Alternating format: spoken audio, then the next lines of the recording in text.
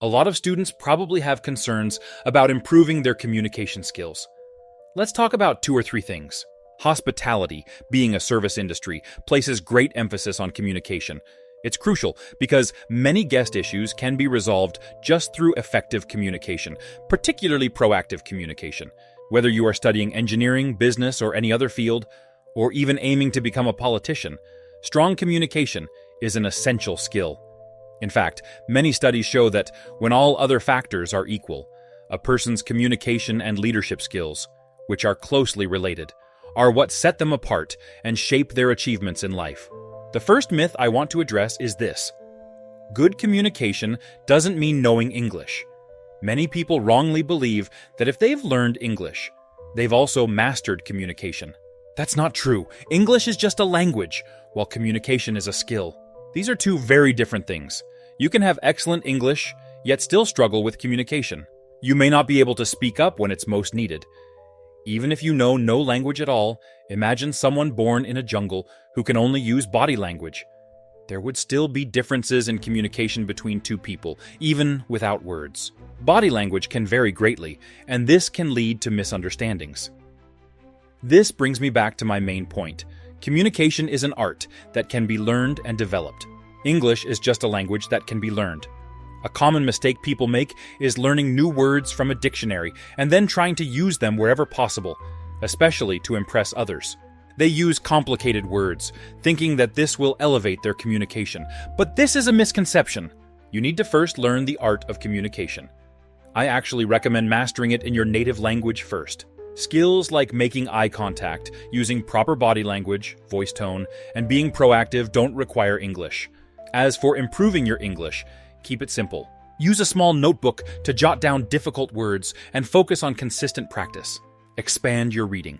Are you reading? Are you writing regularly? Not just class notes, but real writing? If you aren't reading or writing, are you at least watching good communicators? On YouTube or elsewhere, are you listening to audio resources? There are many ways your brain can absorb information. Use them all. Communication is like a muscle.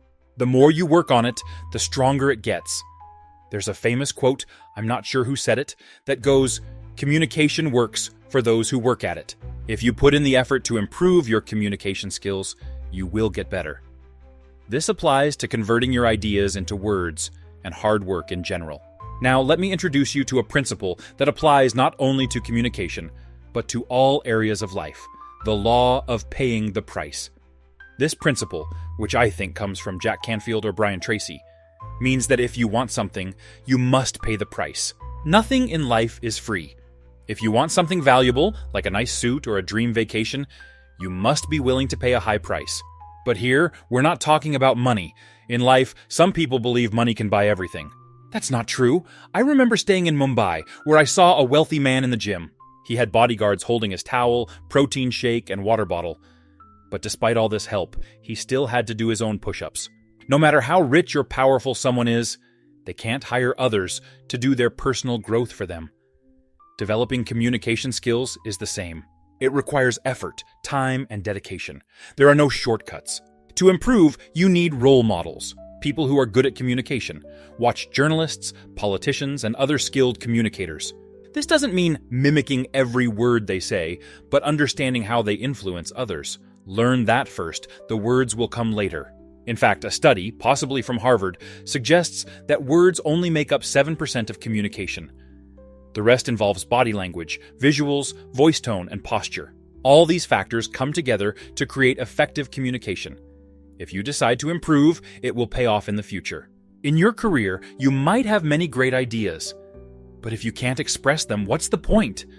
Someone else who can communicate well will get noticed, while you might feel left behind, thinking they were just lucky. But luck has nothing to do with it. It's a skill, and you can develop it too. Remove the mental block that says people are born good communicators. It's a skill you must work at. Whenever you feel nervous, whether it's in a large auditorium or a meeting with someone in authority, push yourself to speak up. At first, it's intimidating, but the more you do it, the easier it gets. High-ranking individuals are just people. They won't bite. The key is to make yourself uncomfortable.